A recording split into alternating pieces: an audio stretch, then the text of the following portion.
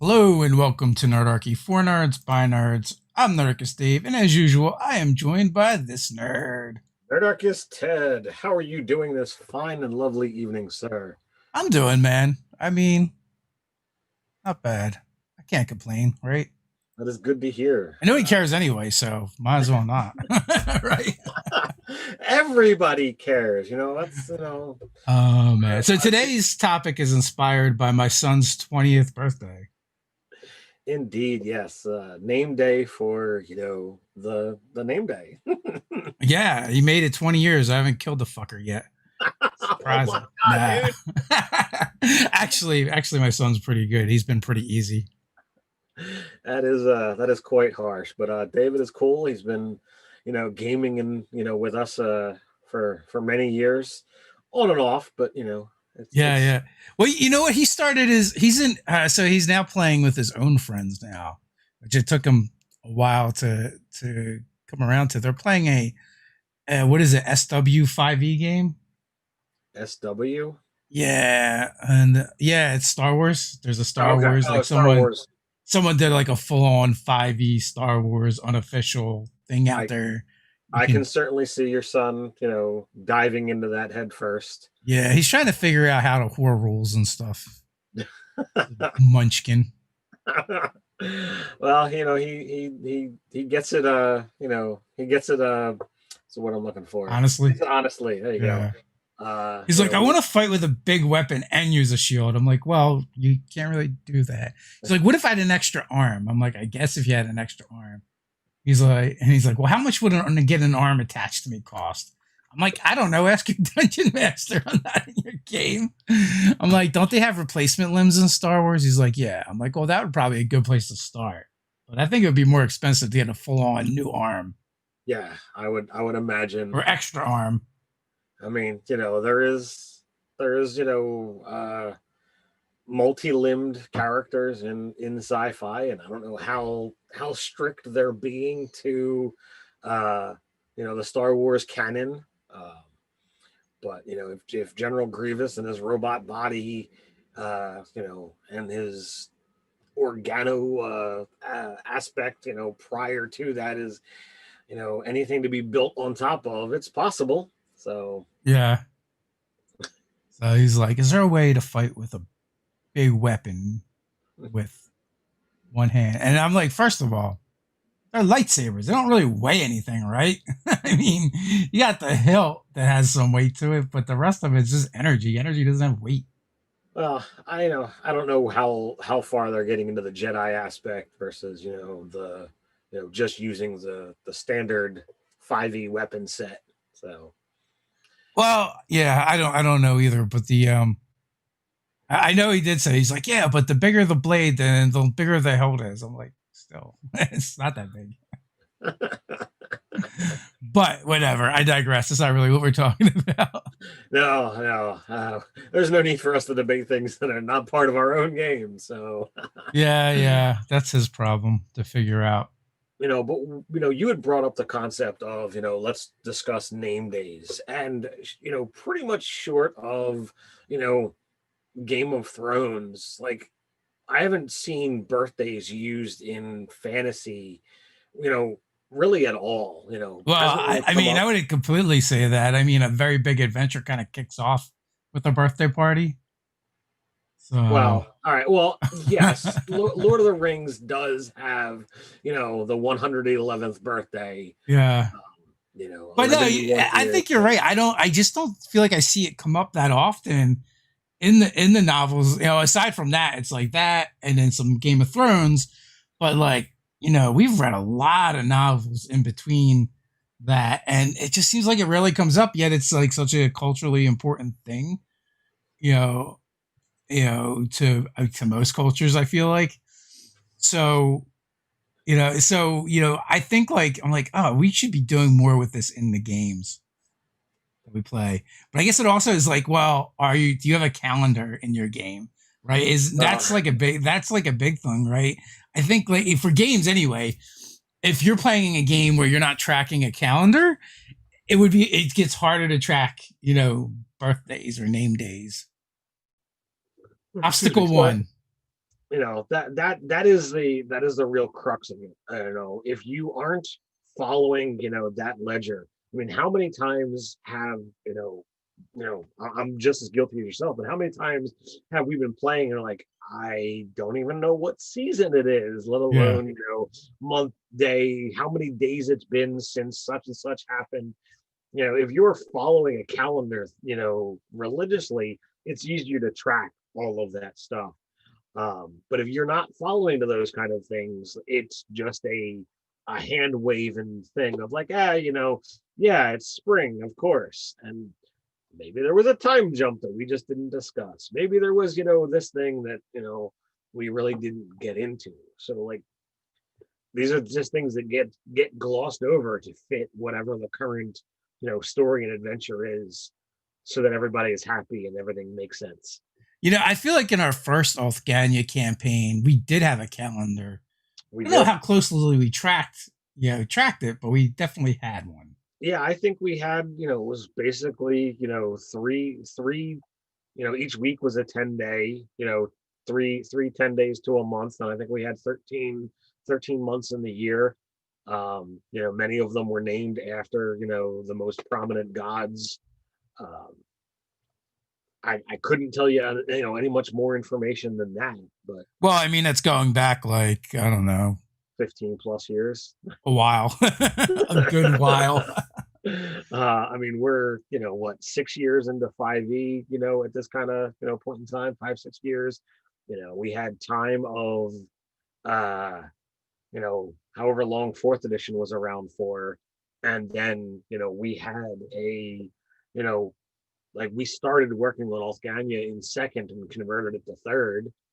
So like we had a lot of work. I've got sheets, close at hand that have, some of the God information that I'm still yet to actually get into my Google Doc for, the Yeah, Elfgang world. But I still got them. I'm not gonna lose those 8 pages. I know. I mean, I felt like I had found a binder with that stuff in it and then like lost it. So Yeah. could be here somewhere. But so like I feel like there's different ways you could like incorporate it into the games. Like I've seen players' birthdays kind of come up and get featured in the games somewhat, but not the characters, right?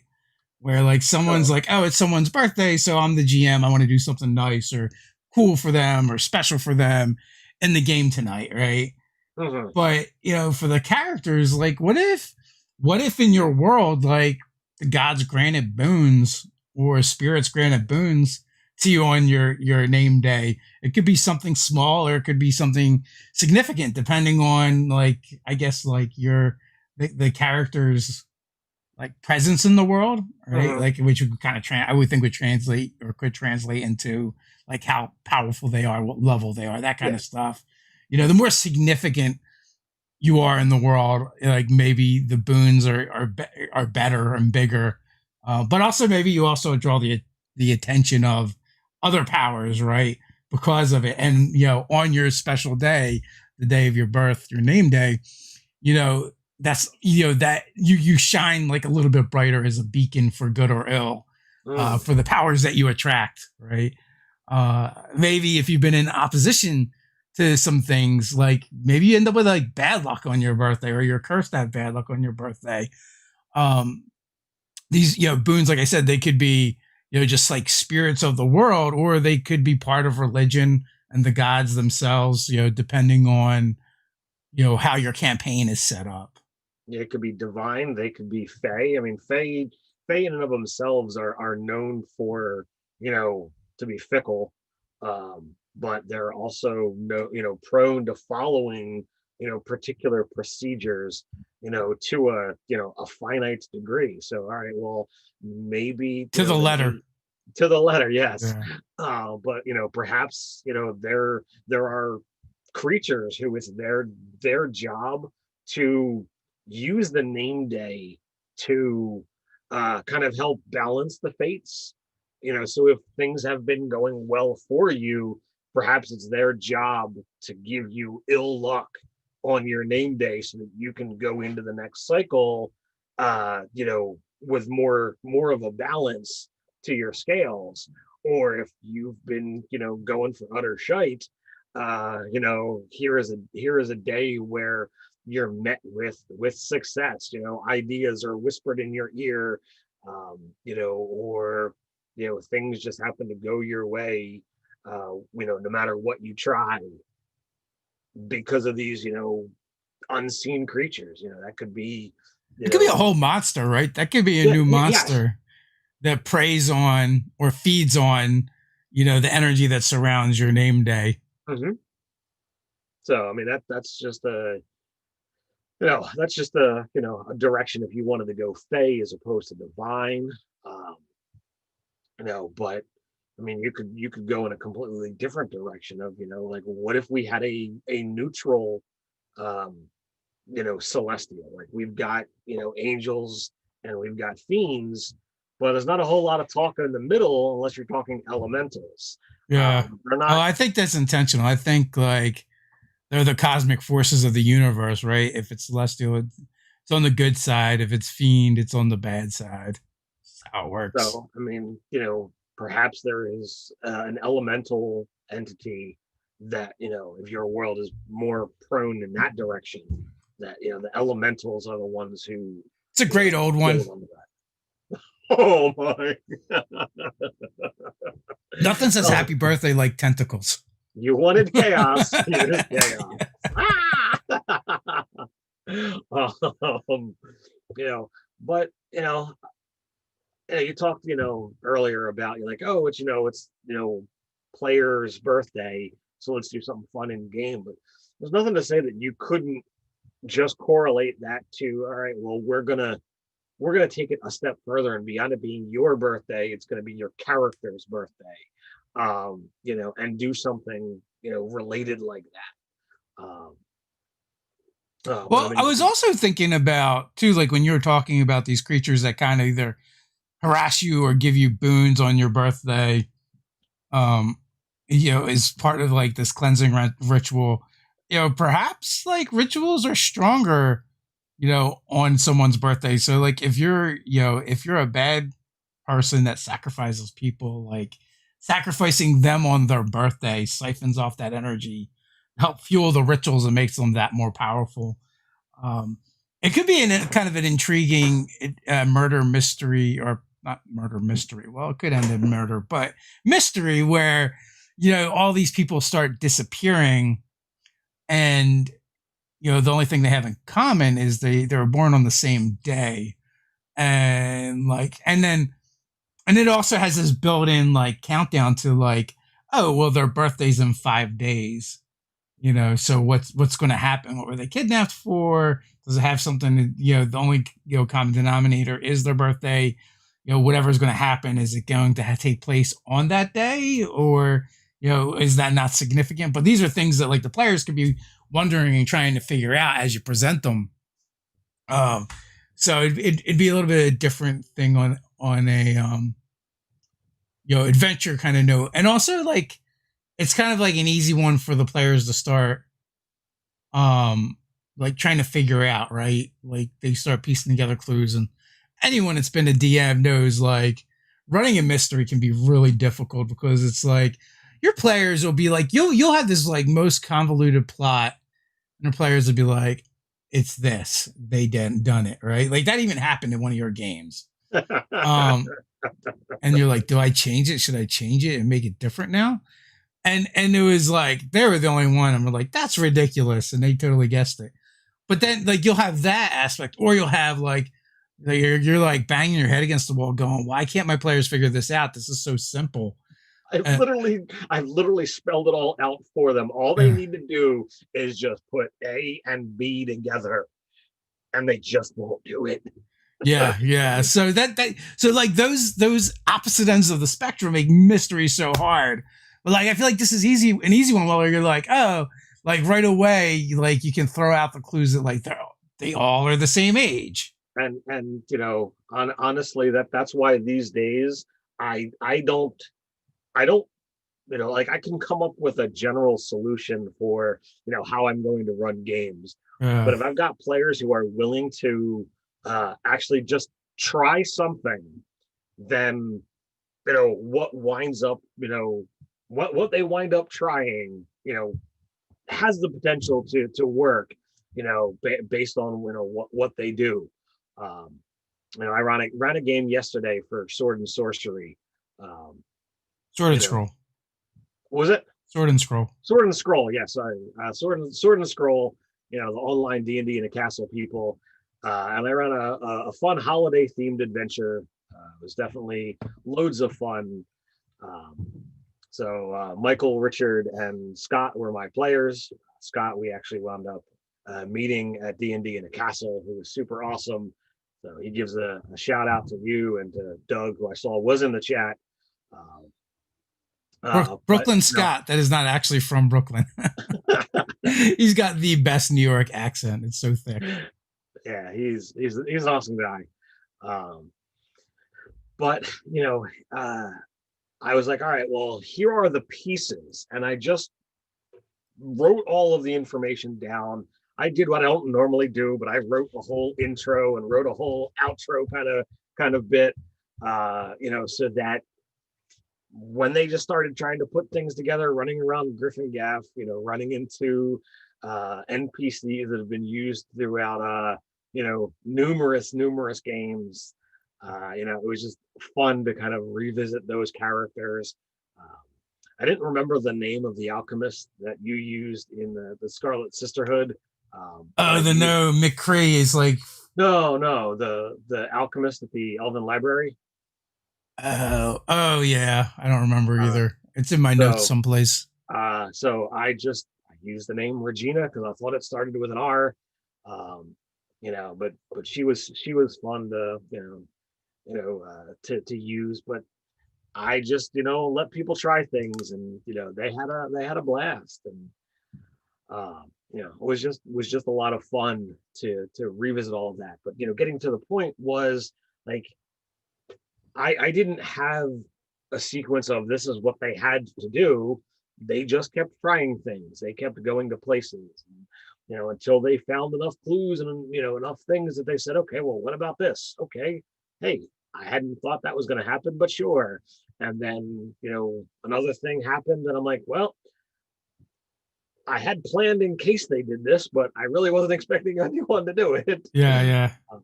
So it was definitely a lot of fun. What was the unexpected thing that happened? I had discussed the idea, with puns about the Goblow Inn, where a goblin had swallowed a bag of holding and was sucking everything in. So the adventure was all of the food was missing from Griffin Gaff. It was the Festival of Friends. Everyone had kind of, gathered for a feast, and there's now like a riot about to break out. Hold on, I'm writing this down. You just gave me an idea. Maybe we'll do a video on the Goblow Inn. So the Gobble Inn, basically teleports around, and anywhere that there's food, he just sucks it in. And he's constantly hungry because it doesn't actually go into his mouth. It goes into the limitless bag of holding that is in his esophagus. So if it's sucking things in, food and people and whatever other kind of, detritus is around, it's crazy. And there would, it was a strength saving throw to not be pulled in. And I had thoughts of, well, what happens if some people go in, or what happens if the entire party goes in? And what happens if you all decide to dive in? So that is exactly what these players decided to do. They're like, oh crap, the alchemist that we're using just got pulled into the goblin's mouth, and well, maybe we can recreate this experiment, and when it shows up again, we won't fight it. We'll just go in. So they got to basically explore a dungeon inside this bag of holding, where But you said you had actually planned for that contingency. I did. Yeah, actually, that's not that surprising, man. Like players diving into places they shouldn't is just like, I think it's just like part of the game. Well, I mean, these guys were fantastic.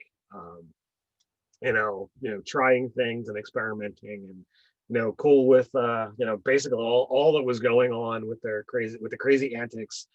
Um, and I didn't expect it. Like I said, I did plan for that to happen.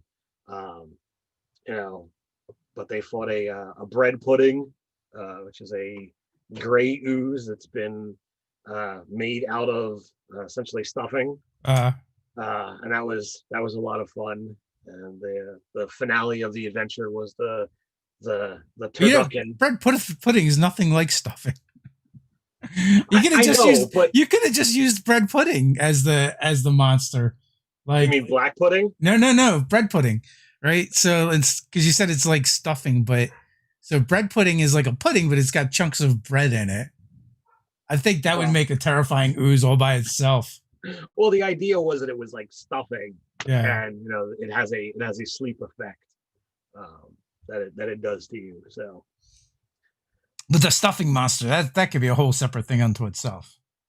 so, but Know, lots of know, lots. know your Thanksgiving Day foods, Ted. I apologize. I Although don't. bread pudding is not necessarily a Thanksgiving Day food. That's like, I don't know. I think I was gonna say English, but that's blood pudding, I think, or is that Irish? I don't know. Bread pudding's kind of weird though. Uh, I don't Doug know. says if there's something to be dived into, you can count on me. Yeah. So you basically took all the stuff that stuff, uh, and throw. Was it supposed to be in that dungeon or no? So I had the the stuffing monster Yeah. was mutable where it was going to be. If they gone into the dungeon or had gone to Evan Wynn's bakery, whatever location they went to first, Hmm. that's where the stuffing would wind up being, because he's the guy who makes the good bread. He is the guy that makes the good bread. So So I wrote down Goblow Inn as in a place. okay, I think maybe we'll do a video on like a location sure. called the Goblow Inn. Figure that's right up your alley. Slightly terrifying of putting an inn being run by gobbelows, but Well, it don't have to be the gobblers from my game. I don't think that's fair to subject anybody to to those horrors. But the best part about the gobblers were like people that watched that game fucking hated them. Like really. for the longest time, right? And then they would all like slowly but surely come around. They were like infectious. There was always like so many comments about that for sure. It was fantastic. I mean, I honestly, I really wish that I could have made some alterations in that game, and kind of given Relion's proclivity towards making some bad decisions despite how wise he was, Yeah. and the fact that he was being transitioned into a goblin, he should have certainly had a spree with the goblins or the gobbelows to see what all they have, Where they get them drunk or high. get them drunk and high and whatever else. That would have been like a great like nobody shows up but you and those two. And it's like you guys like tie up Falcor and leave him in a closet, and it's just like Falcor and Torg are off, doing something on their own, because I don't see the two of them, mixing. But I think that the Gobbelows and Relion would be a very interesting conversation. it would be something, that's for sure. It's a missed opportunity. Yeah. So, looking back, would Relion have the chef feat? Because I know he liked to eat. Was he just, or was he more of a on the eating side and less on the cooking side? I think he was probably more on the eating side, less on the cooking side. Yeah. He really didn't have, much in the way of, tools. For him, it was more languages and skills of intellect. But he could also, if push came to shove, he could use his channel divinity to gain knowledge of tools. So Oh, he that could be should have like, came up sometime. And I he's need to like, cook. that should have came up. I'm disappointed in you, Ted.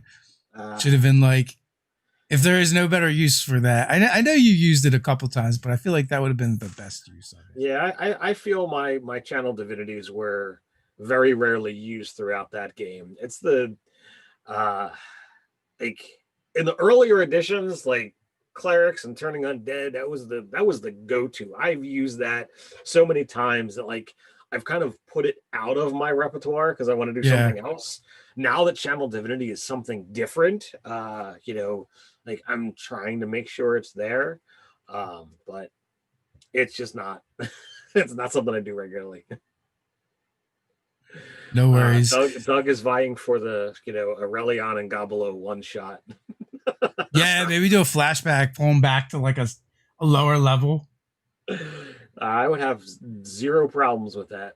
That might be fun for sure. So I was thinking like, name days, birthdays could be like a really easy, way to throw out some adventure hooks. Whether it's like, oh, it's this Lord's birthday, you're being hired to go, transport, it could be like a simple escort mission for the birthday gift, or to go retrieve the gift, find the gift, or, oh, he's always wanted a manicore. He's hiring adventurers to go get the manicore and bring it to them. Or, maybe the king of the realm has proclaimed that whoever brings him the most magnificent birthday party will be rewarded handsomely, so it could just be this quest for, adventurers that go out and they're just trying to figure out what the best present is, and then bring it back to them. If it ends up being a thing, then maybe there's a competition for getting the thing, right. Or it could be a concept or an idea that the players come up with and have to quest for, or something like that. So I feel like that would be like some really low hanging fruit if you wanted to incorporate name days in your game, where even without a calendar, it's really easy to do. It's easy to do it as plot hooks. The fantastic thing there is it sets up a look for an imaginative answer. It sets up a structured time limit, because even if, as you said, even if you're not using a calendar, you have got 4 days, 6 days, 2 10 days, whatever it is. The announcement has been put up, and it is up to you to get there. You come in a day late, decision's been had, prize has been given out. Sorry, man, you late. Yeah. So like that's one of those things. Like it's built in, and time limits are perfect. And there's not a whole lot of things where the structure of a time limit is easy to put in there, short of celestial events, the name day, changes of the seasons, or like holy days, or like hey, you've got 3 days or I'm going to kill this person, like yeah, like you can combine all of those just into that one thing. But I mean, there's definitely Doug says he's stealing that for the newsletter for next week. What's that? Well, all of them at once. So I'm leaning back so I can't see the chat as well easily. Okay. So it also makes me wonder, right? Like in D&D, you have races that live 30 years, and you have races that live hundreds of years. Hundreds, almost 1,000, right? Mm-hmm. So what does the name day mean to those different races? Doesn't Elf actually care like about their 1 year birthday because they might have 1,000 of them, where like an Aarakocra only lives 30 years. How do they view it, right? Are races that are short-lived, are they aware they're short-lived, or because that's just the way of their people, like they don't think about it, and they kind of pack more into it? Like, so an Aarakocra is mature at age 3, I think. Mm-hmm. And then dies at around 30. So they've 27 years of adult life. Like, do they just get more depressed every year with each birthday, being like, oh, this is almost over? I mean, They get to 15 and it's like, you're woohoo, half midlife dead. crisis. Yeah, yeah. Like, do you go and buy the most expensive Griffin at that point when you with and dye it red, or what do what do you do? It's even more ridiculous because you already have wings. But there is a Teen Titans episode where and I think it might have even been for his birthday, or maybe not. But Beast Boy wanted a moped. Okay. And he's like, Cyborg's got the T car, and Robin's got the motorcycle, and they're like, Beast Boy, you can turn into animals and fly. Random thought. So Doug says, I stopped caring about my birthday in my 30s. Elves will be meaningless after a while, right? So with that, I would say probably celebrating the century, Yeah. like maybe they celebrate their birthday, up until they, become an adult. And then thereafter, it's only, at 200, 300, 400, 500, what have you. Yeah, I mean that's interesting too that they don't celebrate it as often. Whatever the marker is, it could be the century, half century, quarter, but But, yeah, like they might just completely change how birthdays work. but like for their fifth century, like that's got to be a milestone. That's got to be something that it's like, all right, well, yes, elves can live that long. How many of them do? How many of them are prestigious enough to be a notable elf and have reached that long? That might be something to work with. Having that kind of a lifespan, what does it mean? One of the players in my kids game, my son's friend, he decided he wants to play an addle-brained dwarven wizard. Mm. The dwarves typically live 400 years, so he's like, I want to be 400. So like he is making all kinds of miscommunications or brain fires. So like the goblin is really a gnome and whatever have you. So like everything is just mislabeled because his brain is just that addled. He's got dementia essentially. Basically, yeah. So like at some point in time, like, all right, you need to make con saves, like you are at your maximum age for your character or for your race, your origin. What is that going to mean? So like there are fun things that could be done there. So when you look at that end game, that end story, what does that look like? So You make them make con saves to stay alive. I haven't honestly put any thought to it. It was a role playing tool of like, hey, he wants to be old and have dementia. All right, that's fine. Tally says head wound Hagrid. That's funny. But so like I mean, I feel like there's a lot of things ways you can incorporate that into your game, and they just become these nice little flourishes and touches. You know, what happens when the players arrive at the tavern and someone's kind of rented it out for a birthday party. Mm-hmm. And either they get invited in or they get turned away, because the tavern is booked or whatever. So it just becomes like a fun way to do backdrops and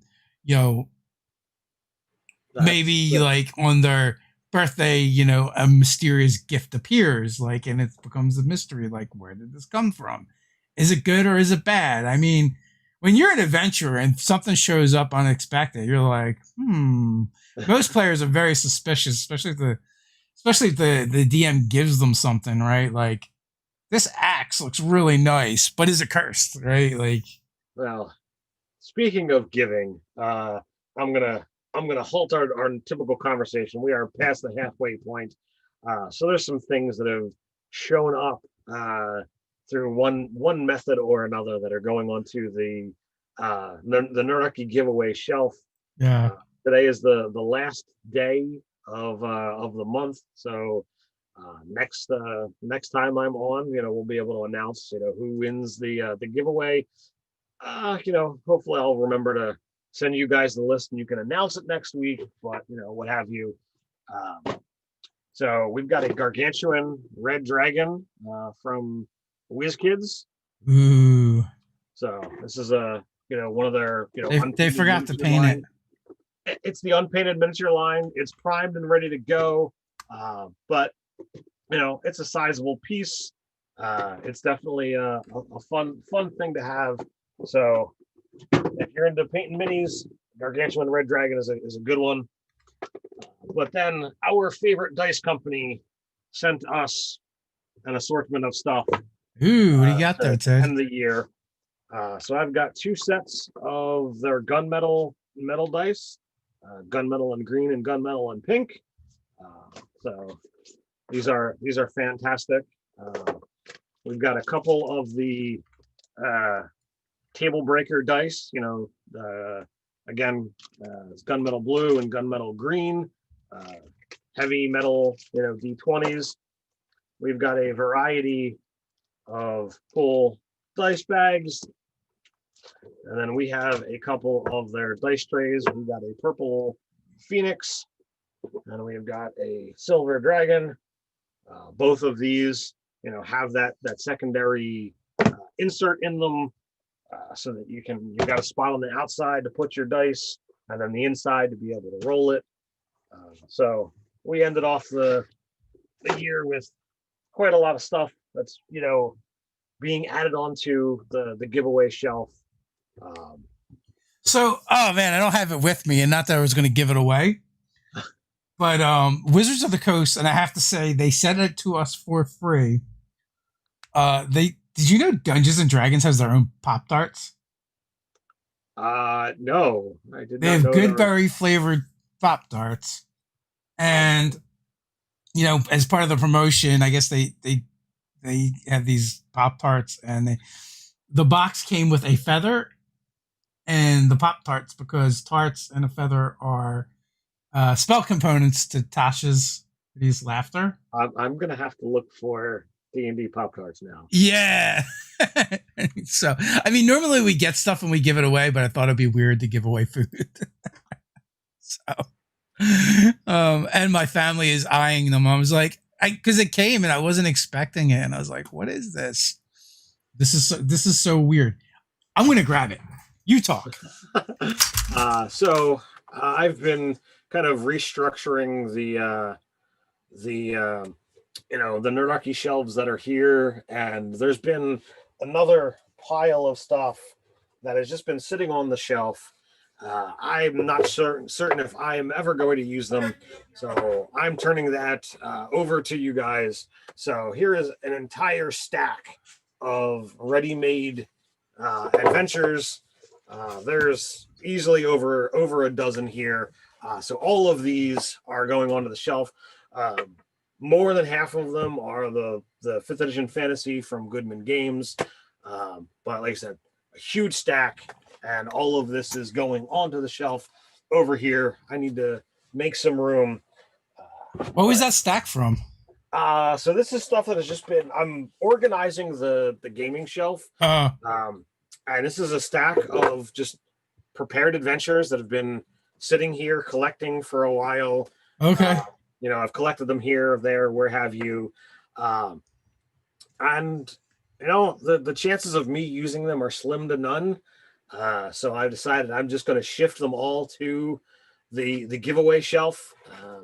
Like I said, there's somewhere between a dozen and 20. Look at all the spines, you can count them. Yeah. But they're all going to go over there. So at some point in time, Dave and I are going to have to determine before it's my next time slot on to figure out how big of a giveaway we want to do for our next one, because we always do a big one for our December. Our December, which technically gets given out in January, but it announces. So here's said feather. Looks authentic. I don't know if it's a faux feather or not. I do not know if this feather was humanely harvested or not. I don't know if that's even a thing, but definitely there's a feather. Looks real to me. It feels real too. And then there's a bunch of paperwork about how we have to follow some rules and say they gave us free stuff and we didn't pay for it and whatchamacallit. So here is the box of Pop Tarts. But let's see. Oh, there's instructions. There's a lot more instructions on a box of Pop Tarts than I remember. I mean, I don't know. But so here is the spell. It's just hideous laughter, right? Tasha's hideous laughter, yeah. But yeah, basically. I mean, yeah, it's the spell, but it's kind of cool. I guess it's interesting that it's now going to be, it's now going to be on the shelves. So wild berry is the flavor, but it's frosted good berry. Frosted good berry. Yeah, so it looks like blueberry, raspberry, and strawberry. So I was taking it back when I got the box, and my wife and kids were like, "What is that?" I'm like, "I don't know." And I opened it, and I felt like I knew less. And, and so I started reading, and I was like, "Oh, they're doing a promotional thing. That's it. That is interesting." I don't know how well it will do as far as a promo stunt, but we'll find out. But yeah, so now that I've showed it off someplace, I guess that now it can be opened. I told my family you cannot eat the good berry Pop Tarts until I've shown it off someplace. But I got one hit point, 1,200 calories. I don't expect that once it gets open they're going to last long. Given your son, he's an eater. But I got one more gift. This one is more to share. With today being the end of Black Friday weekend, Cyber Monday, whatever you want to call it. For those of you who are fans of Hero Forge, today is the last day for their sale, which is $5 off any printed miniature or with the code Epic Loot. Whether you get just a premium plastic colored, they now have actually like professionally painted options as well. Or whether you go with one of the metal options. But if you just want to buy, the download files, the STLs without a code, they are just $3.99. So I highly recommend if you are interested in a Hero Forge Mini, today is the day to do it. If you're gonna get one printed, they will tell you. You might not read it, but they will tell you in the checkout process that November 16th was the last day to order and guarantee that it be there for Christmas. So chances are slim to none that it actually shows up before Christmas. But it doesn't matter. Hero Forge is awesome. I've loved their stuff. Pretty much since it came out. I in fact, took advantage of the $5 off, and ordered a cool mini today. Checked out their multiple arms option, which was a super announcement as far as I was concerned. Back beginning of the month. So yeah, I'm looking forward to seeing that guy. So Hero Forge is a paid sponsor for us. They've sponsored a bunch of videos, articles. They've been really good to us. But I feel like all the money they've given us in sponsorship, Ted has given back over the years in purchases. It is highly likely that they're still ahead. It is entirely possible. I own dozens of Hero Forge minis at this point in time. I've bought some things as STLs and had friends or local people that I know print them up for me. But yeah, you were showing off another one more recently as well. Yes, I can tie that in. So Jake from Mini Terrain Domain, he used Hero Forge and he made a D&Dized version of him, or a miniaturized version of himself that he painted. And I'm like, I should do that. So I crafted a Nerdarkist Ted and added all the different things that I wanted for my mini. I bought the file, had somebody print it, and while I was relaxing last week on vacation, I decided I was going to finally print him up or paint him up.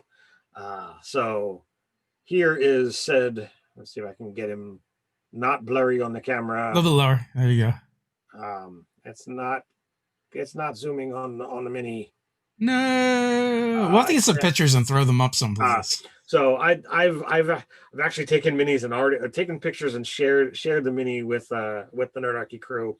But it's got a cat familiar, because I've always been a cat person. It's got a mimic on it. But the coolest aspect of it, I put him in just a basic white shirt, and using a very fine point Sharpie, I actually drew the Nerdarky logo on his shirt. Yeah. The open book actually says "Stay Nerdy" across the pages. It's very sloppy because my handwriting sucks. But when I started painting this guy, I'm like, I really want the Nerdarky logo on his shirt. And I started thinking about all the different ways. And honestly, if I were to try and find somebody whose painting skills were at the point that it would cost, it would be ridiculous to get them to draw that. I'm like, can I get a super fine printer and just print it and then just clear coat it on? Is that a can of Mountain Dew? What in his hand? No, on his hip. No. He's got basically a belt pouch, and then there's a book that's just. I saw the green and white coloring. No. I'm like, and because it's a two-dimensional image, you don't really get the fact that it's a rectangle. You get in the front view, which just makes it almost look like a cylinder. And it's like, does he got a can of Mountain Dew strapped to his hip? He does not have a can of Mountain Dew. I got a book strapped to his side because he plays D&D. He's got a belt pouch on the other side, which I choose to represent it. Don't you kind of want to have it be a can of Mountain Dew now though? There's definitely some advantages there, but he's totally got a sword strapped to his back. Oh no, Doug's got it right there. To a Wawa iced tea hip holster. Well, that has been my my gaming drink for many a years as well. Well, that's kind of like the funny thing about when we would put up our recorded games, and people would be like, if they were from the area, they knew like the Wawa tea, and they would be like, "Oh, they're drinking ghetto tea. We know you guys. We know the area you guys are from now." Yeah, but the Wawa iced tea and the Mountain Dew has been my staple for many years. I was even called out, a couple weeks back when Ryan was like, "Are you back to Mountain Dew?" And I'm like, "I am." Oh, yeah, he was off the Mountain Dew for a long time. Yeah, I mean, probably a decade or more. He went back. And I went off back the wagon. But he was super fun to paint up and to try, and I'm always looking to try new things when it comes to my painting and my crafting. And I've never decided of like, oh, can I use Sharpies on a mini? What will that look like? And I'm pretty happy with the result. Like I said, it's not as detailed and precise as the logo or the tattoo, but the fact that I was able to put it on my mini. Do you use a hood or anything when you paint? So I have got a stationary lens that I can use. With your proclivity for steampunk, I would think you'd have like some kind of visor or something. Like no, I've seen a number of things that other people have used. My friend Jim, who's a really good mini painter, he has got the basically the headset that has like the multiple, how much zoom do you want? Like a jeweler's hood. Yeah, I'm gonna keep talking, but I do have one thing that I picked up at a con that I feel helps me out is this thing. Okay. Basically the mini goes on with just some sticky tack, and it's attached via just a typical bottle cap, Yeah. soda What is the cap. claw for? Is that to lean your hand on? So you hold it with your offhand, and then you can lean. You can lean, and you just swivel as you need to, and you just there's two different size handles depending upon how big or small the mini you want to do. I've seen a number. You could have just got one of those egg holders for Easter for painting eggs. Well, this I think was like a $15 investment, and I've been super happy with it. As I'm currently painting my Beardomancer and his squirrel familiar. Nice. So, is that a character you've played? Just the mini you've made. That is a character that I have played. It is Aragar Amberax, the elf who was raised by dwarves, and was jealous of everyone having a beard and him not. So he sought ways that he could have a beard, and the only way to do so was he turned to dark powers. He consulted the beard dimension to be able to become a Beardomancer. As you do. So that is the game where I am playing with my kids, where I'm a fellow player, and my son in real life is my brother in the game, adopted brother. Nice. Did you know, folks, that D&D Beyond, all the books are on sale for $19.99 or lower today only? You only have a couple hours left. I did not realize. I just happened to have it open because I wanted to look at the chef feat when I brought it up earlier, and I just saw the banner at the top. Yes, I did. I did note that. This is their Cyber Monday sale, and it's like the lowest they've ever had the books. Yeah. So if you're looking to get in on that, highly recommend doing so. Yeah, it's a good deal. Especially if you don't want to lug books around. Indeed, like the mini of Nerdarky's Ted with a book in his hand and a book strapped to his hip. Yeah. I mean, we still kind of like books, although I'm falling out on books because I tend to just look everything up on D&D Beyond, and then if I play a game without like a character builder, I'm like, oh my god, how do I make characters? It does make things a little bit more difficult at times when I can't just click the buttons and have it so spit spoiled out the information. There's an app for Pathfinder called Path Builder that's pretty good. Oh, cool. I was pretty happy with that. Otherwise, I don't know if I'd ever been able to make a character. My daughter's been playing a Grung since before the Grung was on D&D Beyond. So her character is on just the form fillable PDF. So like if I have to level her up, I go through that because she doesn't use the approved Grung setup. She went with the version that I came up with, which doesn't have the drawback of having to be dipped in water or whatever, their hydration flaw. Inquiring minds want to know, where does the squirrel live?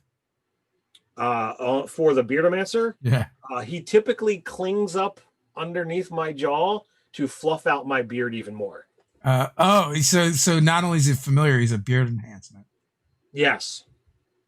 And then he pops off, and you're like, then they're like, you've been deceiving us. You're not nearly as bearded as we thought. You bastard. Yeah, he basically nests underneath of my chin, and he's like a long-haired squirrel. So like he's super shaggy. Nice. Yeah, Doug needed to know. He's like, please tell me the squirrel lives in the beard. That's pretty close. I mean, is the beard, lives in the beard. Yeah, it's one of those things that you just got to do it. So that's Aragar's deal, and similar to what happened in Tasha's, he basically subbed out all of the elven weapons for dwarven weapons. Yeah. So that was definitely a fun thing. You're doing it before it was cool. I was doing it before it was cool, before it was legal. I was like, hey, I just, not that I have an axe. I just want to know how to use one in case I ever get one. Just buy one at the general store. Yeah, I can, but spells are expensive. That's true, but I mean, I don't know. An axe isn't that much. I don't know. I'm in season 4 of Vikings, so We've seen a lot of axes. Indeed. There's definitely a lot of cool axes in that show. But you know Yeah. what isn't in that show? A What's plant that? beholder.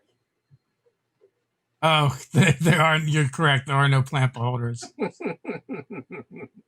One more crazy dread sphere that I made this week. You have any plans of using that on anybody? I do, in fact.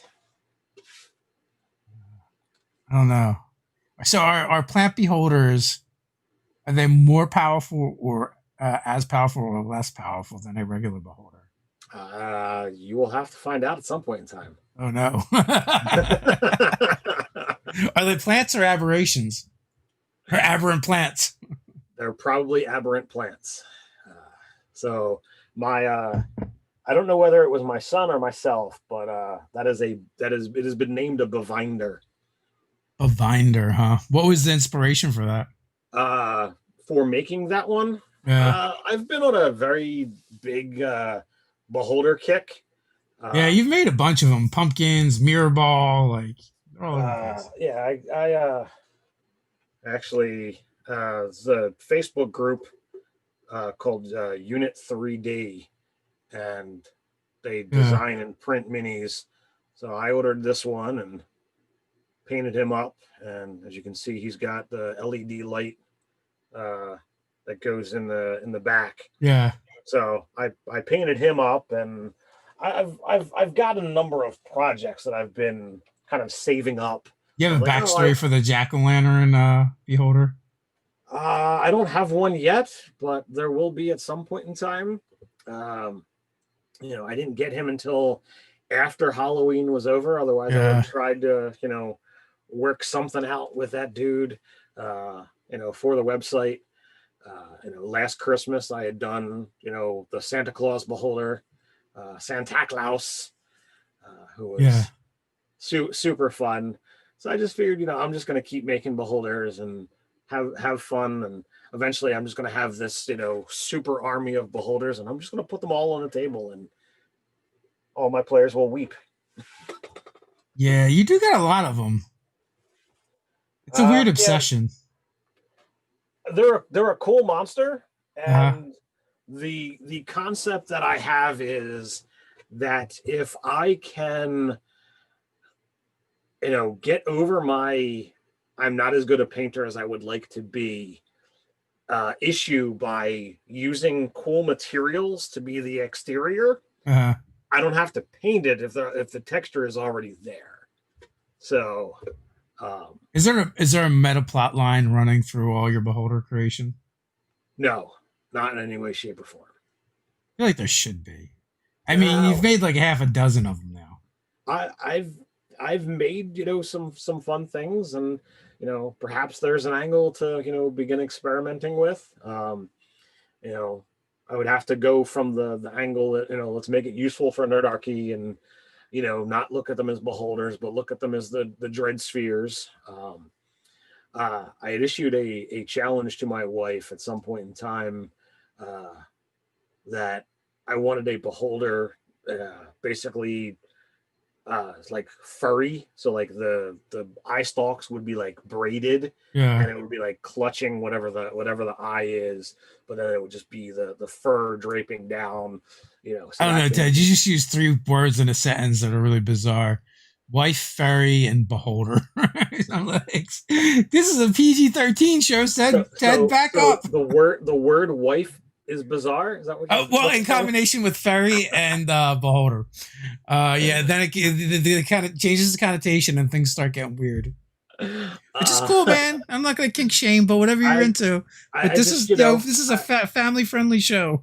I wanted a beholder from the beard dimension, to tie into the angle of, we had done a video a while back about where the dread spheres came from, and wait a minute. Doug says sounds like a beard holder to me.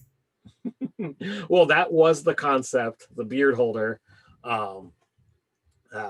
But you beat me to the punchline, Doug. Stealing my jokes. Stealing your thunder, that bastard, Doug. But it's just a fun thing. I I'm crafty. I sometimes want to exercise that, and wherever the crafting direction is taking me, wherever I feel inspired, that's where I wind up going. I've over the summer, um, we have a uh, like a lake shore that's close to the house where me and my daughter went and got a whole bunch of seashells, and I'm going to make a seashell beholder at some point in time.